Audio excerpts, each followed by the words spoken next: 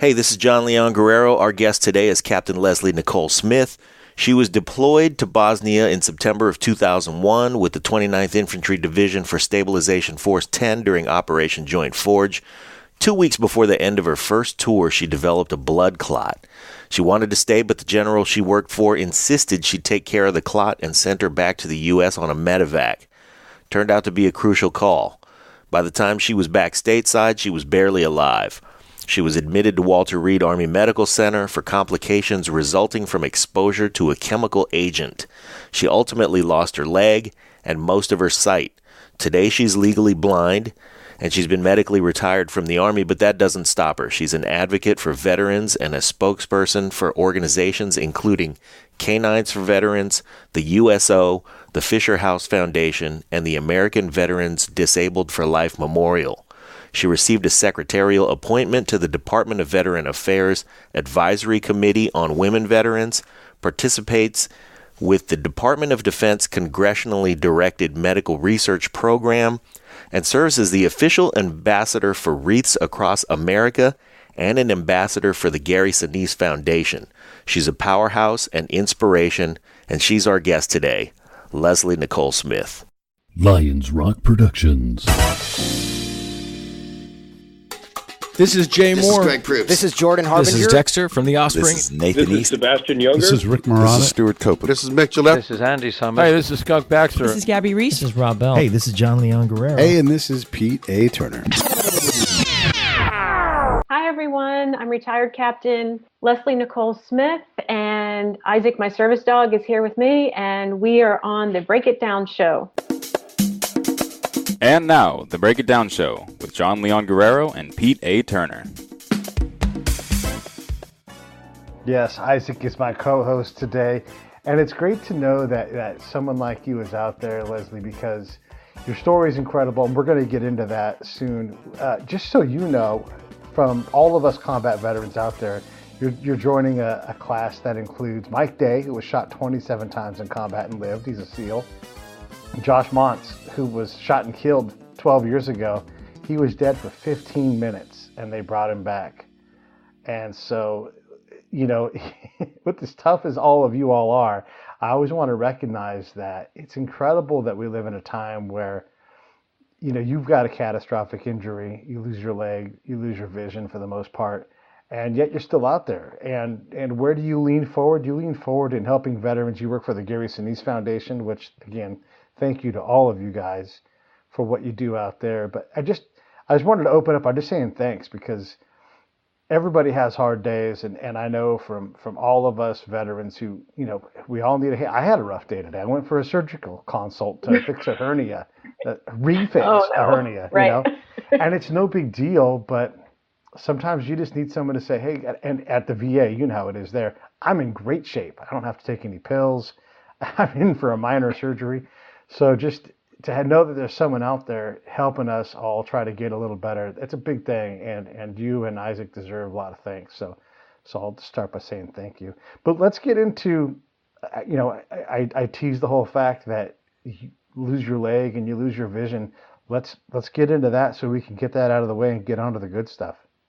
Right, right. Well, just to kind of start from a little bit in the beginning, I decided to join the Army because my dad had served, my grandfather had served, and honestly, it came down to wanting to continue that tradition and then also to make them, you know, proud. So I had received an Army ROTC scholarship through Georgetown University, and it was really the best decision of my life. And through my service, I ended up serving in Bosnia in 2001, volunteered to go, turned out to be the most incredible, rewarding, amazing mission ever, because what I found was the people in the country were just so thankful that the troops were there, and they would thank us every day. Their gratitude was just, you know, amazing. So that prompted me then to want to stay for a second tour, which was approved, and I was serving as a public affairs officer. So I had this really great job where I got out and about around the country whenever our celebrities would come to visit, or high-ranking politicians, military, you know, admirals and generals, and I was really engaged. I really loved the job and the mission we were doing. So I was so excited to be approved for the second tour. And then it was almost like I just hit a brick wall. Huh. And what happened, my story was I developed a blood clot in my left leg. And it was pretty much like the mindset was, well, this is nothing. There's nothing wrong with me. Physically, you can't see it or anything. And I'm trying to convince the brigade surgeon and the general that I'm okay, I can stay. And I'll never forget the general's words. And he said, quote, "Smith, you're out of here tonight, pack your bags." And that was really the most devastating thing that you could say to a soldier who is on a mission. Right. And I ended up going back to the quarters and packing up literally what I could carry on the plane out that evening, back stateside to Walter Reed. And then everything actually just went downward in this like crazy spiral. And honestly, it was the best decision because Walter Reed admitted me, of course, and I was retired literally on the spot. And the Army had what they called imminent death status at the time. And it was paperwork that more or less signed off on that you had 24 hours to live. And Wow. Family was called in. I mean, they were making funeral arrangements. My parents were having to deal with, the question of, do you want her buried at Arlington National Cemetery? Do you want to take her, back home? And all the while, I'm in the hospital bed, not really obviously aware because of all the pain and everything that had happened with this just crazy medical stuff that was happening from this blood clot. And luckily, though, the doctors kept pursuing, an answer or a treatment. They were reaching out to other doctors from what they told me across the country, across into Canada, over into Europe, trying to figure something out. They came back with a last solution, a shot basically, and they told my parents it's our last effort. It's either gonna possibly take her life on like immediately from a stroke or a heart attack, but if we don't at least try it, we're gonna lose her anyway. Wow. My parents, of course, said, give it to her. And I honestly like to say that, of course, credit to the doctors, but it was also my stubbornness and something inside just, I knew it wasn't my time. Huh. There was more to do. There was just more to do. And I had a bigger purpose. And then I started to think that, and understanding all of this, that even though I couldn't wear the uniform and fight the fight anymore, so to say, I couldn't deploy and go overseas and continue, that I had a completely new mission and that new purpose. Okay. And so with that, in the initial stages, having lost my leg because the complications were so dire that I lost my left leg, right below the knee. It came down to, you have a choice, and everybody really obviously has this choice. It was, I can roll over and just give up, face the wall and be a victim, or I can say, I'm going to forge on, let my military, like training and discipline and attitude kicked in to forge me forward to overcome this new challenge. And that's what really, I think, got me over that initial thought of my life is over. Because believe me, I did. Yeah. I thought, this is it. I'm going to be, at home forever, never going to be engaged in anything. I'm going to always be hiding, in a sense, because now I'm missing part of my leg and I'm deformed, so to say. Like, I'm just disfigured and people are going to shun me. And it turned out that I pulled this inner strength that sometimes I don't even know where it came from, but it's like this inner fortitude that I just tapped into in this kind of one-on-one with yourself when you're in the hospital bed and you've just survived death. You've just survived, this traumatic operation that took part of yourself, and relearning a new normal or re-identifying with yourself. And I really just decided it wasn't going to overcome me, or it wasn't going to beat me, because this inner strength just kind of came out of nowhere and made me realize that I have all the potential in the world, and that there's a reason for this. There has to be a reason that I survived. Finding that reason then turned into what I call the passion of giving back and helping fellow wounded, ill, and injured warriors, military service members, their families, and even now, working with first responders.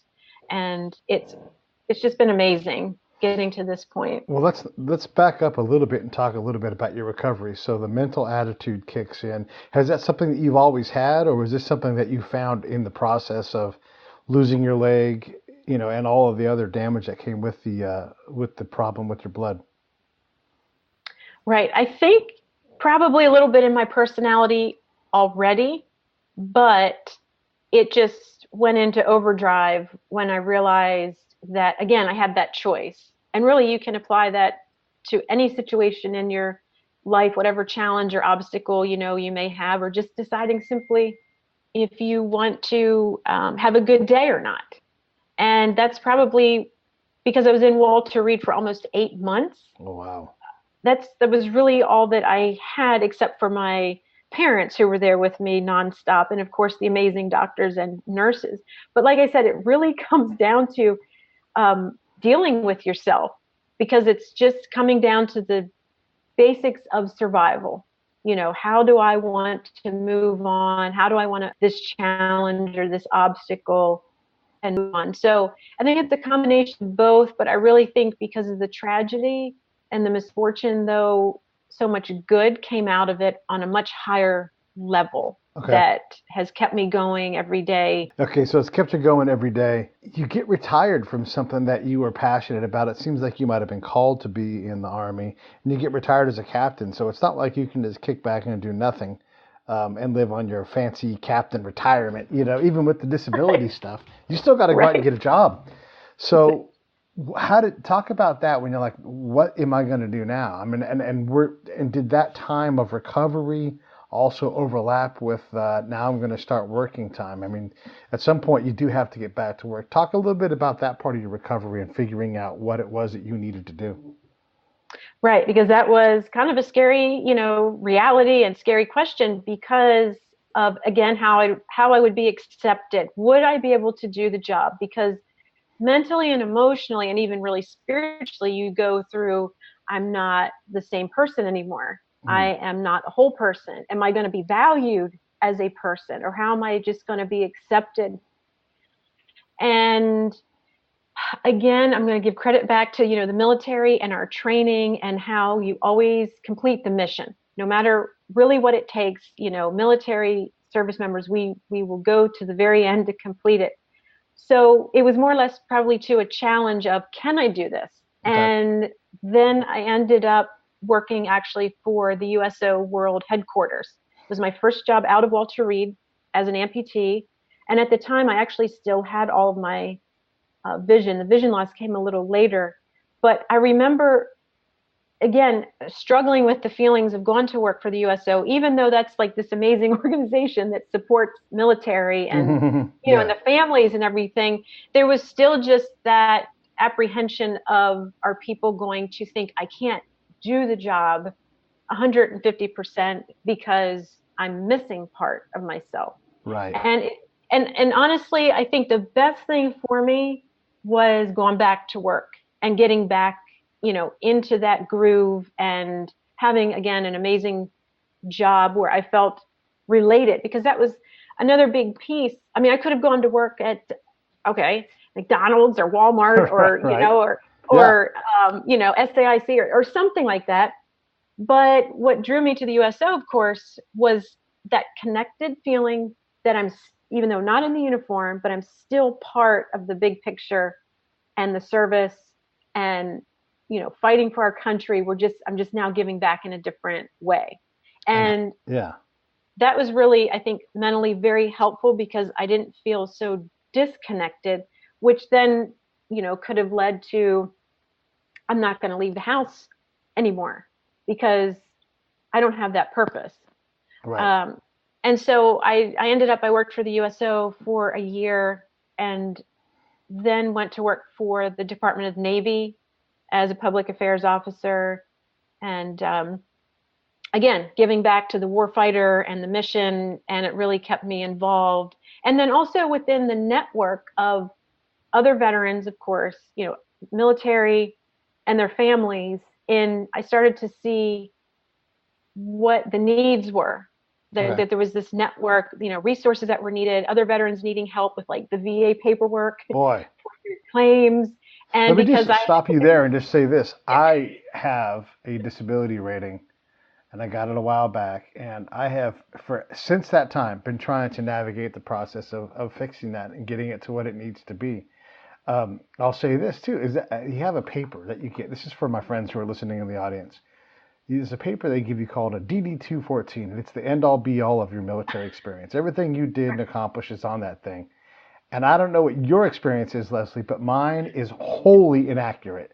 Like, I'm lucky that it has my name and my social on it. Otherwise, it's maybe 20% accurate. And just for everyone to understand, there's thousands and thousands and thousands of people that, are doing a million things. So it's hard to get it all in 2 pages and to do it accurately and to have all of your stuff on there. So the system is huge and it's really hard to do all that stuff. But I've got to tell you, someone like Leslie that has the ability to help you navigate through the VA system, to get your care to where it needs to be, to make sure you're being properly compensated and all, it is impossible to do by yourself. There's just no way to do it. We have to have people.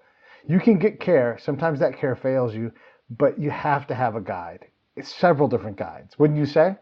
Absolutely. Yes. And I think for me, honestly, since I was so early on with being at Walter Reed in 2002, actually, I was the second amputee at Walter Reed, which is hard to even fathom with, the numbers over, the course of the 2 conflicts and everything. So everything was so new.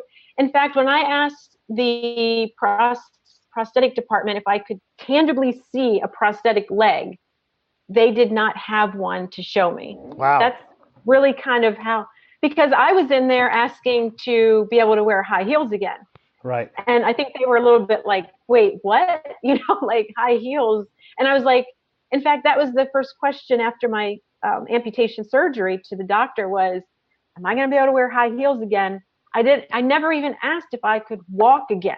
Like My whole thing was being able to wear heels, and probably somewhere in my mind, I'm thinking, well, that was like the old me, even though this is the new me. That doesn't mean I have to lose myself or lose that ability to continue life how I would like to live it. So I was so, upfront in the beginning that honestly, I didn't really have help. And it was all more or less like, you kind of know, here, this is kind of what you need to do, but we're really not going to tell you what you need to do. You have to figure it out. Yeah. And then what's so frustrating is you have a service member who's dealing with visible and or invisible wounds. You're dealing with that whole magnitude of, again, you've been just like say injured and you're pulled from your fellow service members, which is devastating enough because all of us want to serve and protect and come home and, and do the mission. Yeah.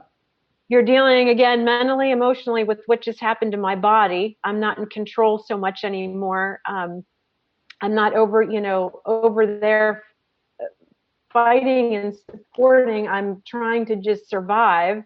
And the last thing you really even can comprehend or deal with is this massive amount of paperwork. And then you're right, like not technically being guided. So really from my experience, that's been a big drive for me. Yeah. And I've had a lot of veterans reach out on, how do you navigate or what's the best place to go to? How do you do this? Or, and that type of thing. So it's really been purposeful and rewarding to me.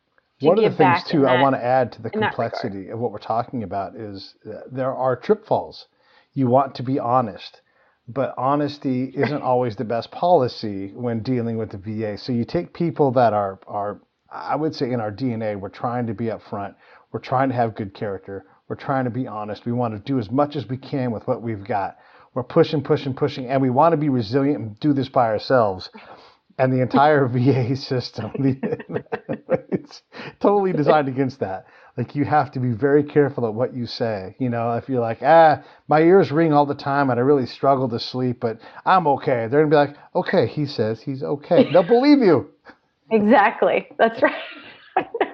I know. I really do think that they do have it, as much as I do love the VA, and their care, honestly, for me has been really phenomenal, especially with the vision loss part of my story. But it, they really seem to program it that it's like a maze, Right. that you just kind of go in circles, to almost to the point where they want you to maybe just say, I can't deal with it.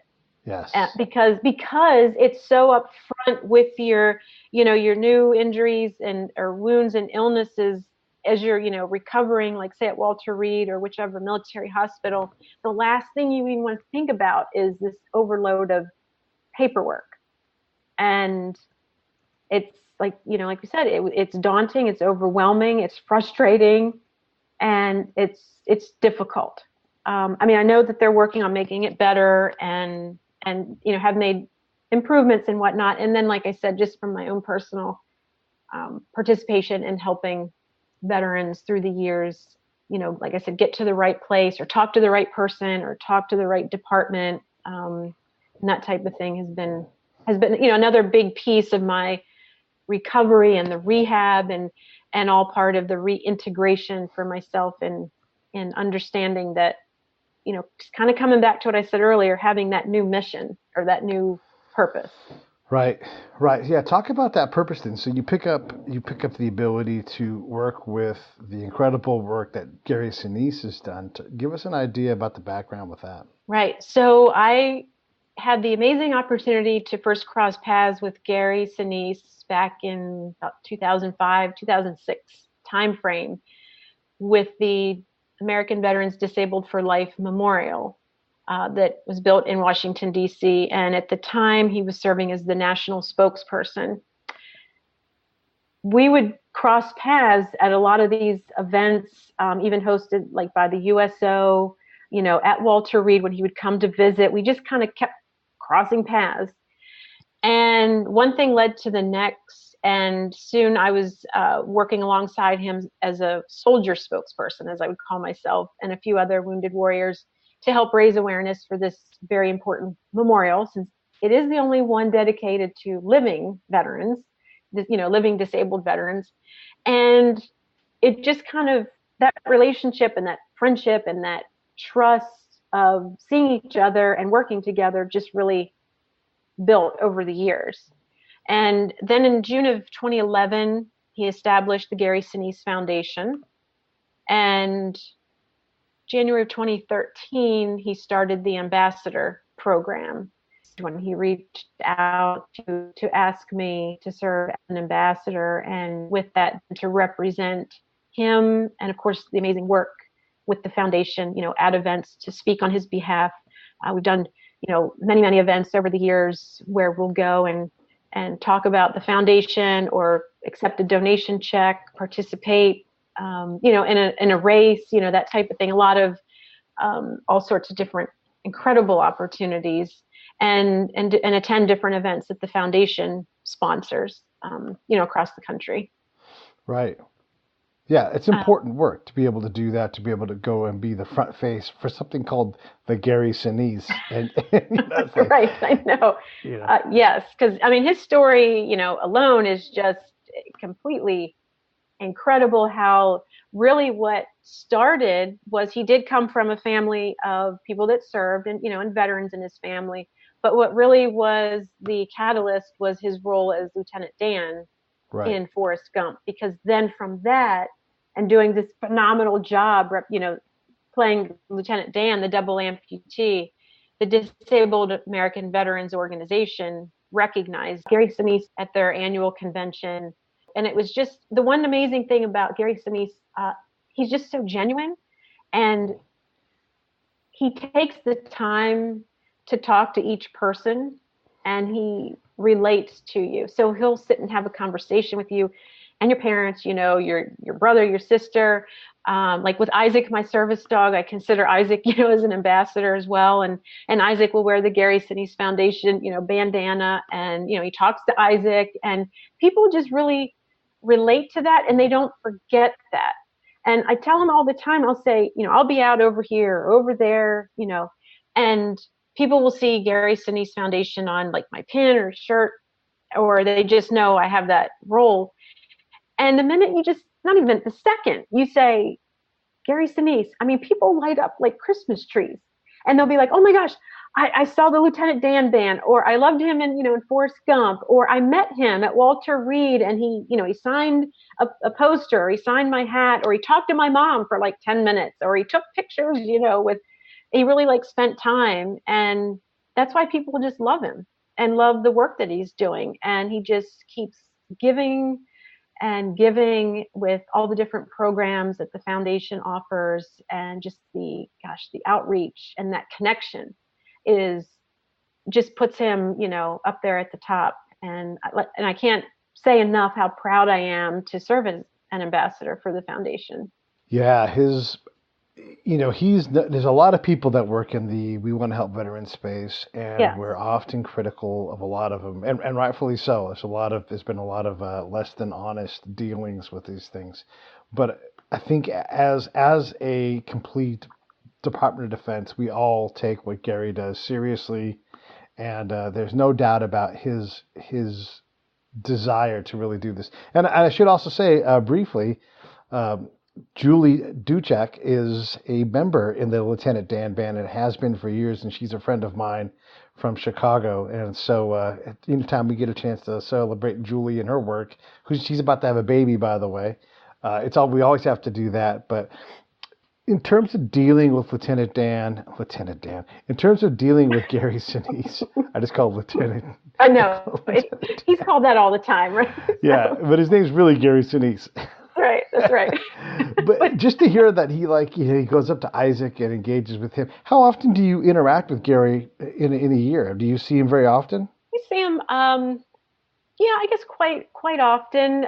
More so when he's maybe on the East Coast, as far as versus stuff on the West Coast, just because of the distance and everything. But have ability to communicate with him, at any time. And again, every time we do see him, it's you really just can't put it into words, just that, that feeling of, again, how humbled I am and proud I am to represent him and speak on his behalf. But I would say, in a year, probably cross paths anywhere from like maybe up to 10 times. Oh, wow. So quite a bit. So, a good bit, because again, he's nonstop. He's all over, the world, of course, but, when he's in the United States, doing everything with the concerts and work at Walter Reed, right, Fort Belvoir and that type of thing, sure. New York, very involved in New York. We travel really up and down the coast, on the East Coast for events and doing things to represent him. So it's, and Isaac always just gets so excited, to see him. In fact, when we do see him, I'll say to Isaac, as if like Isaac's talking, like saying, "Hi, Uncle Gary." It's like, it's just that kind of relationship. But that's what Gary brings to the table, and that's why people again love him, because he's so genuine and caring. Can you talk a little bit about some of the things that you're accomplishing on a day-to-day basis? I mean, I know helping people do paperwork and that kind of thing, but give us more on that. Maybe some examples of the kind of help that veterans need, because you and I know intuitively, because we see it, we do it, we understand it. But the folks in the audience who are listening, and there's a worldwide audience here. We got friends in New Zealand and Japan and France. Give them an idea of what kind of things that these guys need help with.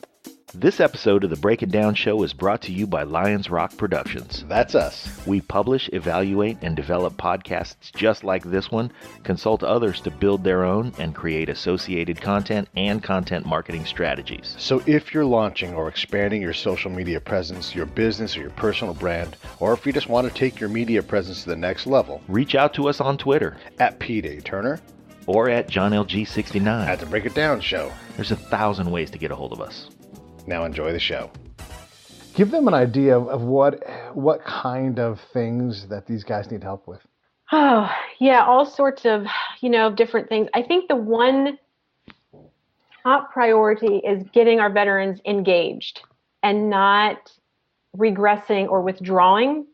Even on the local level with our American Legions and BFWs, that type of thing, that's probably the biggest challenge. And what I found with talking to veterans through the years what opens the door is talking to a veteran and saying, for myself, this is how I feel. This is what I experienced. And I did have bad days. And then that veteran is like, really? Like, you have the same, feelings or thoughts or challenges? And it's like, yes, absolutely. And I've served as a mentor with the Amputee Coalition of America, Wounded Warrior Project, and then it's just what I do. So I've, again, over the years, I've found that when you make that connection, that opens that door. And then you can say, okay, what would you be interested in doing? Where do you need help? Whether it's, transportation or even the benefits side, an adaptable home, getting involved with events. A lot of times veterans will say, well, I don't know how to get involved with Wounded Warrior Project or the USO or whatever it may be. Right. And I mean, luckily for me, I've been I am a spokesperson for USO, for the Fisher House, Wounded Warrior Project, Canines for Veterans. And just through the years of networking and talking to people, really do have a lot of avenues and connections to the different organizations that's why I said people will send me messages like on Facebook or LinkedIn and saying, can you help with this? Or I know a veteran or a family that needs help. Can you help me put them in the right direction? That's like the first thing that comes to mind. Another thing that I do that I believe is truly very helpful in more of the terms of the visible and invisible wounds or illnesses and injuries is that I more or less provide input or testimony with the congressionally directed medical research program. And what that is, it's I serve on like the vision loss and prosthetics panels. And so every year the panel will convene and you'll have scientists and doctors and high level people putting in submissions for proposed, new technologies, new ways to save lives on the battlefield, for example, like with vision loss. And then we review and then provide input as far as pros and cons and how we think that would relate to that mission of providing this new technology so that it gets funded. And it's always a great feeling to see and read about this, these advancements, because again, it's all for purposes of saving lives, lessening the time of once you're injured on the battlefield to get you to, the right medical care and preserve life, limb, your vision, TBIs, to just, it all encompasses, again, that support and care of our service members on the battlefield and then when they come back. Yeah, you think about your specific case, you were prepared to stay, and you look at your chances of survival are long. If you had taken, if you miss a helicopter, you may not get one for another 4 days to get out of there. Right. So you literally could be dead in like, yes, you've made it, and yes, you're largely, you don't have your leg, your vision's not as good, but you're a whole person who can go out and work. If you mess about it at all, and totally different outcomes. So you think about the next person that comes down the line, and even if the commander's like, get out of here, and they're like, nah, I'm going to stay, like the cost and coming back from that, if you're able to, is significant. And it's just shocking how hard we all honor ourselves to try to just do our dang job, and what that really can cost long term. It's because you're right, there's the visible, but there's those invisible wounds where if you saw them, you would instantly drop to your knees and care for that person, and not be so damn judgy. And that's in general. That's like first responders or anybody else. If you could see a divorce on someone's stomach, you would be like, oh my God, let me not be a dick to you right now, because obviously you're dealing with a lot of stuff. That's right. Exactly. So it's, like I said, it's certainly been a journey. And then with the vision loss part, which totally unexpected, there was no rhyme or reason or warning signs. It just happened through the night. And I've seen all kinds of specialists. Walter Reed had finally sent me on to Johns Hopkins because it took all the vision in my left eye initially. Happened a few more times, but the VA was able to preserve the right eye. The last time it happened in 2010, though, it was so severe that it actually took all my vision in the right eye, but a small sliver came back, and I'm legally blind. But it goes back again to, really that military training, because it was like, okay, I got knocked down again and again and again, but I have more or less this foundation that I've built from getting knocked down, that each time it seems like I get back up, even stronger. And then the things I'm able to do despite, like, for example, I can't drive anymore. Huge challenge. Right. Humongous. I mean, there's no word to really describe that. I mean, I figure it out. So I have people that help out or drive. There's car services, there's all of that. But instead of saying, well, I can't drive, so I'm just going to be at home, again, that kicks in of like, well, no, because I'm still working, I'm still helping, I'm still, giving back. And there's still people that I can reach out to and make a difference for. And one of those opportunities that I had in helping the fastest growing population of the military are women, service members, female veterans. And I had the opportunity to serve as a VA appointee on the Women Veterans Advisory Committee.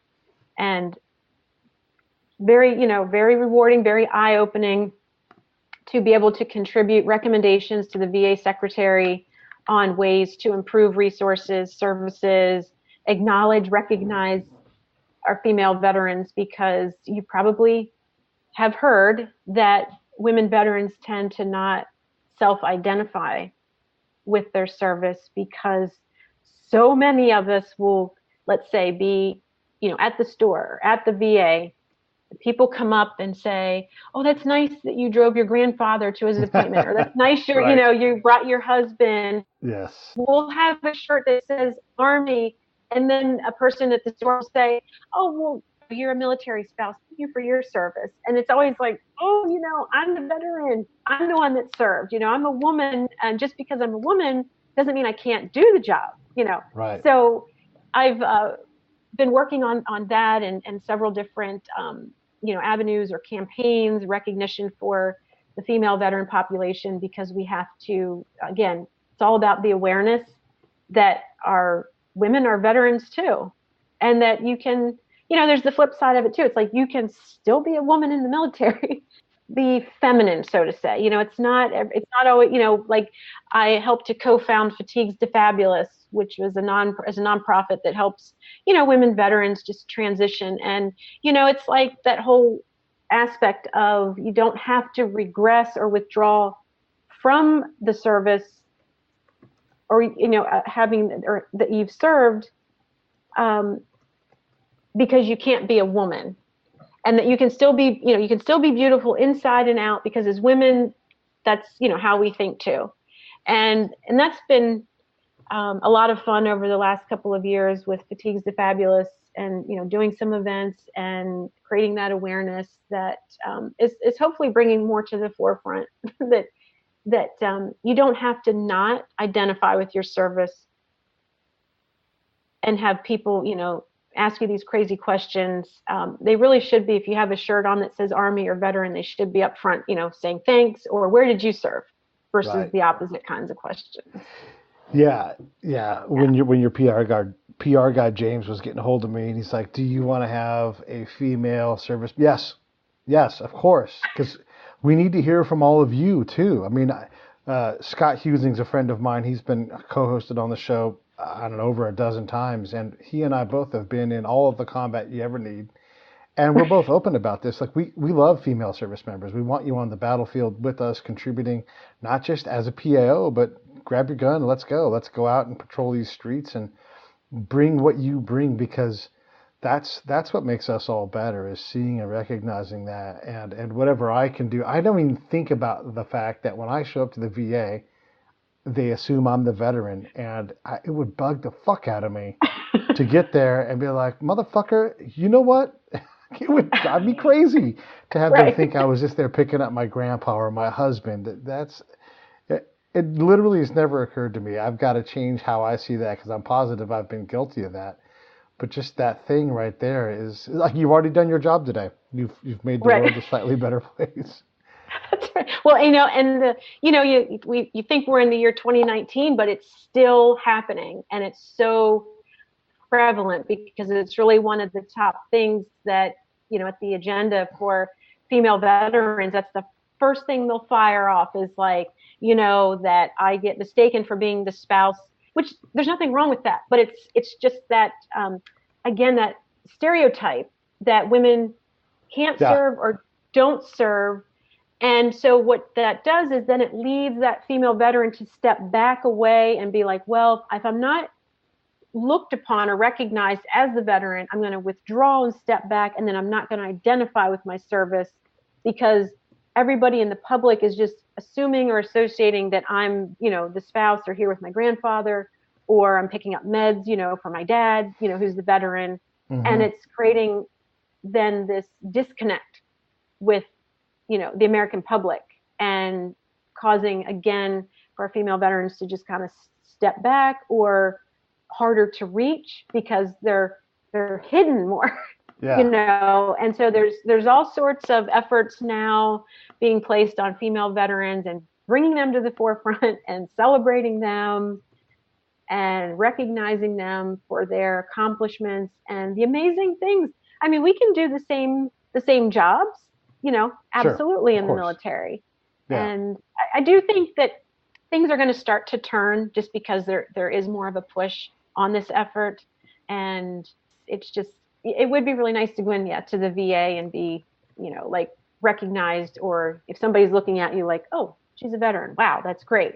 Instead of that opposite. We're getting there. Yeah, we are getting there. And part of the courage that we all have to show is it's okay to make this mistake. It's okay to go, oh my God, you're right. And then just accept that it's your mistake and learn from it. Like, I didn't see you as being a veteran. I thought you were here to give someone a ride or someone's wife. My apologies, my sincere. And then, then it gets to be okay a little bit more because you're that much more aware that you're right. I would not want that to happen to me. So it's such a crazy thing. Well, and even kind of shifting gears a little bit with having Isaac. Mm-hmm. So, okay. So, I wear a prosthetic and then I'm legally blind. Actually, as I didn't put this in here, but from the doctors feel I was exposed to a chemical agent or a toxin while serving in Bosnia. Right. Which over the years, has caused the vision loss. So when you look at me, you really can't necessarily tell I have vision loss. So when I see people, out in public and I have Isaac, the first question I get is, oh, that's really nice. So you're training this dog, for somebody. Right. And it's, my first reaction is, no, actually, Isaac's my service dog. We've been together 10 years. And then the next question is, well, what's wrong with you? Because they can't quite figure out, and I just usually reply, depending on time and everything, well, he helps me. And then a lot of times, yes, it turns into a more of a full-blown educational conversation. Sure. And I tell him everything. I explain, the service dogs, talk about canines for veterans, where he was trained, how he helps me, right. The vision loss. And then it's like, oh, I had no idea. I couldn't tell. And then I branch off into, right, because veterans, we're very proud. And because we have each other, and again, this whole network and the resources of supporting one another, when you see one doing something, it kind of propels, others to say, well, wait, if they're doing that, like skiing or the marathons or, all these different scuba diving, it's like, well, I want to try that, so it's really great when people do, in public, say things, because it's this open door to educate them across the board about veterans, how they can support the service dogs, and that not all, again, wounds are visible. We have visible and invisible, and all injuries, wounds, illnesses need, are taken seriously and need to be respected as that, that Yeah. no matter what it is that you're challenged with or facing, that's what you're dealing with, and we work to make the best of it. The other day, Scott Husing and I were out, and most of the day, I was having a really hard day. We were doing incredible stuff. We're interviewing a screenwriter who's written, well, his name's Billy Ray, and he wrote The Hunger Games screenplay. He wrote Captain Phillips. This guy is one of the top screenwriters in all of LA. And so that's incredible. And we also did one with a guy named Vincent Vargas. And he is on the show The Mayans on FX. He's a veteran, and it's all these great conversations. The underlying thing is that the whole day, I wanted to jump off a bridge. Like I was like, I feel doom. I'm not actually going to take action. I'm in a good place, but largely I felt suicidal most of the day. You would never have known it. You're having this incredible day, but there's these wounds that you can't see, and then I'm not even going to offer because I don't want to get into the whole thing with it. I can say it now openly because that moment is over, but I'm fine, but I'm not fine, right? Exactly, right. And so I don't want to make a bigger deal out of it than it needs to be, but I had to cope with it the whole day. It's like you have a scab and you punched it on your way out the door and it's weeping all day, and it's like, damn it, but It's just going to be that. It's just going to be that way, and there's nothing you can do about it. How do people help in terms of the Gary Sinise Foundation? People want to break out a checkbook. They want to give their time. How do they lend help to what you guys are doing? Well, I mean, certainly can, always make a donation, the website, or like you said, send in a check. But a lot of times need volunteers, for different events. People can always certainly reach out to myself as an ambassador. There's on the website, they list all of the ambassadors, on there that you could reach out to as well.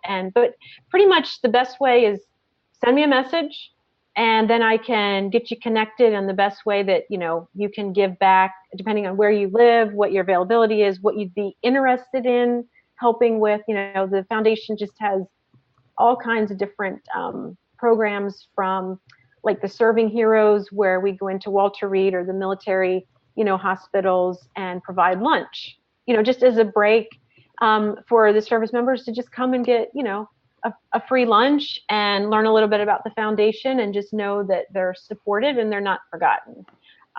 There's the Lieutenant Dan Band concerts that are constantly going on around the country. There's like the RISE program, where this especially adapted homes are built, and the different communities will reach out and say, hey, where maybe are you building the next home? I might, if I live close to there, or I could help out, or come even to the dedication just as a show of support, wave a flag, and just say thank you.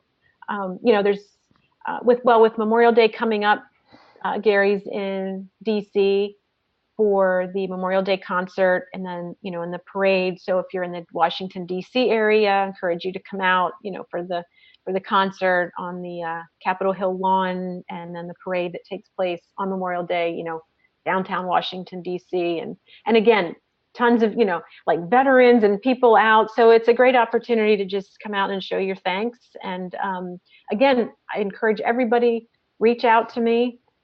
Best way, again, Facebook and LinkedIn, Leslie Nicole Smith, and send me a message, and we'll figure out a way that we can get you involved. Yeah, if you guys struggle to find, because Leslie and Smith are things that are sometimes tough to sort out, I'm connected to her several different ways, so I can for sure get you all connected. And yeah, just a good reminder that a check is always helpful, but your time is extremely valuable. Coming to something and just supporting with your presence. You don't have to even do anything more than just come and shake and say, hey, thanks so much for doing this for veterans and being there. That means a lot. It means a lot to have 150 chairs out for remembering some aspect or doing something, and just being someone who's in that chair to say, I'm with you. It's a powerful thing, and other than some time, it doesn't cost you really much of anything at all. So a lot of ways to help. It doesn't have to be the Gary Sinise Foundation.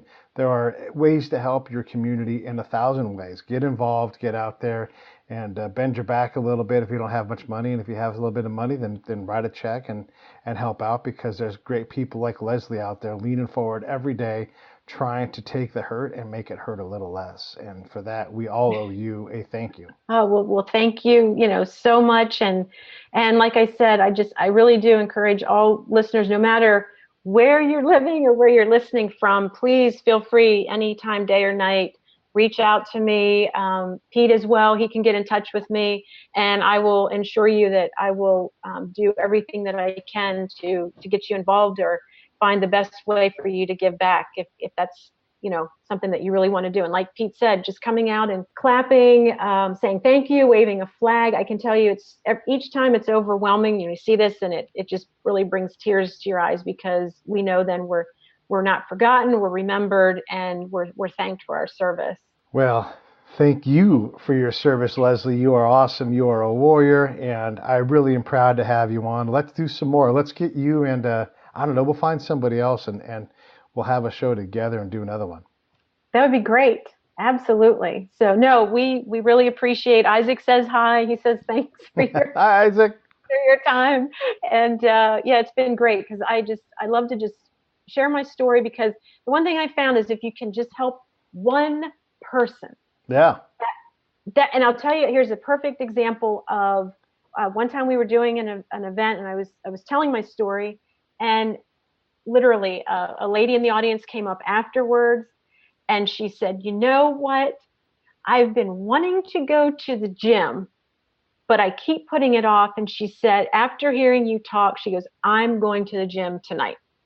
And I got chills, because I was like, it comes back to the purpose. Because again, if you help one person, that person then takes that motivation that they got from you, or even the inspiration, and helps another person. That domino effect of the giving back and making that difference and hoping to change lives for the better. Yeah, even a little bit of help. All right, we're going to get you and Gabby on the show together. That would be awesome, because the two of you are doing great things. That would be a lot of fun. Yes, that would be. That would be amazing. So we'll have to definitely do that. Okay, deal. We're going to do it.